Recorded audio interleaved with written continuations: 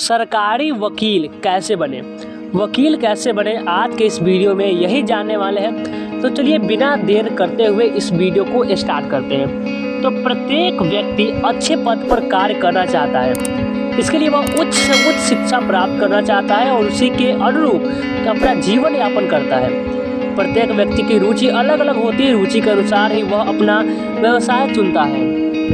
सभी सरकार, चाहे वो राज्य सरकार हो या केंद्र सरकार, अपने लिए वकील की नियुक्ति करते हैं, जिन्हें अलग अलग पद अलग अलग नाम से पुकारा जाता है। जैसे केंद्र सरकार के लिए लीगल मुद्दा भारत का मान्यवादी होता है, वही राज्य सरकार के लिए लीगल मुद्दा देखने वाले पद को राज्य का महाधिवक्ता कहा जाता है।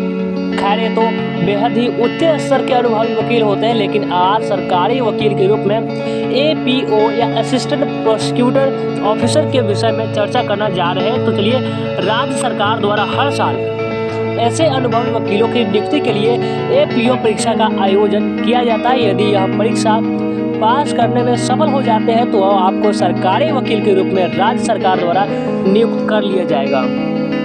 अब आइए बात करते हैं मुद्दे पर कि सरकारी वकील कैसे बने। सरकारी वकील बनने हेतु आपको विधि में स्नातक होना अनिवार्य है। विधि से स्नातक उत्तीर्ण होने के बाद आप दो प्रकार से सरकारी वकील बन सकते हैं, एक अनुभव के आधार पर, दूसरा APO की परीक्षा उत्तीर्ण करने पर। अब चलिए जानते हैं एक्सपीरियंस यानी अनुभव के आधार पर कैसे बनेंगे उसके बारे में। आपके पास न्यूनतम 7 वर्ष का अनुभव और आपकी आयु न्यूनतम 35 वर्ष होनी चाहिए।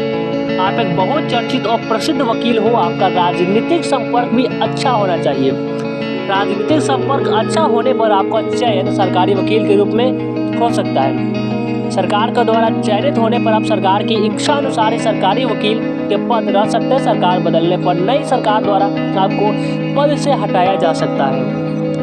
अब आइए बात करते हैं कि APO की परीक्षा उत्तीर्ण करने पर तो प्रति वर्ष सरकारी वकील बनने के लिए राज्य सरकार के द्वारा APO की परीक्षा का आयोजन कराया जाता है। इसमें भाग लेने के लिए आपको विधि में स्नातक उत्तीर्ण होना अनिवार्य है। यदि आप सफल हो जाते हैं तो आपका चयन एक सरकारी वकील के रूप में कर दिया जाता है। इस प्रकार से चयन होने पर आपको राज्य सरकार पद मुक्त नहीं कर सकती।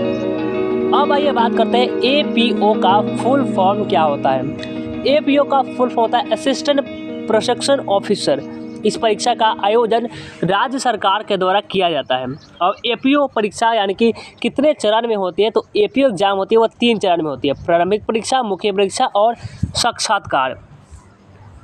अब भाई जानते हैं परीक्षा प्रारूप के बारे में। तो सबसे पहले प्रारंभिक परीक्षा जो होती है, इसमें एक पेपर होती है जो कि अंक 150 अंक के होते हैं। मुख्य परीक्षा जो कि 4 पेपर होते हैं और ये 400 अंक के होते हैं। साक्षात्कार जो कि 50 अंक के होते हैं। तो कैसा लगा जानकारी कमेंट करके जरूर बताएंगे, और इस वीडियो को लाइक नहीं किए तो लाइक कर लेंगे और इस चैनल को जल्दी से सब्सक्राइब कर लेंगे।